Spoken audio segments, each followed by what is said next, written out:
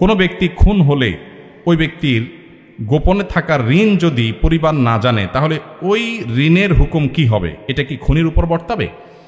কেউ কাউকে খুন করেছে, আল্লাহ মাফ করুক, যদি এটা হয় তাহলে যিনি খুন হয়েছেন, নিহত হয়েছেন, তার ঋণ থাকলে ওই ঋণ তার উপরেই বর্তাবে।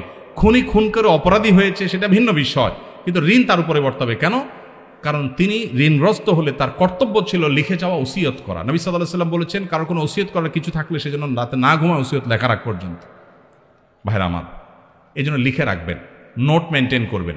লোন করেছেন, আপনার নোটবুকে ডায়েরিতে লেখা থাকবে। আপনার মারা গেলে, মৌত হয়ে গেলে পরিবার লোকরা অন্তত জানতে পারবে যে তার লোন ছিল, মাপ চাবে, দেওয়ার ব্যবস্থা করবে, কিছু একটা করবে। আপনি গোপন রেখেছেন, কাউকে জানান নাই, এটা গুনাহের কথা, এটা উচিত হয় না। কিন্তু নিহত হয়ে মারা গেছেন তিনি, ওমান কতিলা দুনা দামিহি ফাহুয়া শহীদ, আশা করা যায় আল্লাহর কাছে তিনি শাহাদাতের মর্যাদা পাবেন যদি ইমানদার হয়ে থাকেন। কিন্তু তার ঋণ পরিশোধের দায় তাকে নিতেই হবে। এটা খুব ভয়াবহ ব্যাপার। নবী সাল্লাল্লাহু আলাইহি ওয়াসাল্লাম ঋণ করে যারা মারা যেত তাদের জানাজা তিনি পড়তেন না, অন্যদেরকে পড়তে বলতেন। কেন? এটা শিক্ষা দেওয়ার জন্য যে মানুষের ঋণ যেন পরিশোধ করতে কেউ সিরিয়াসনেসের অভাব না থাকে।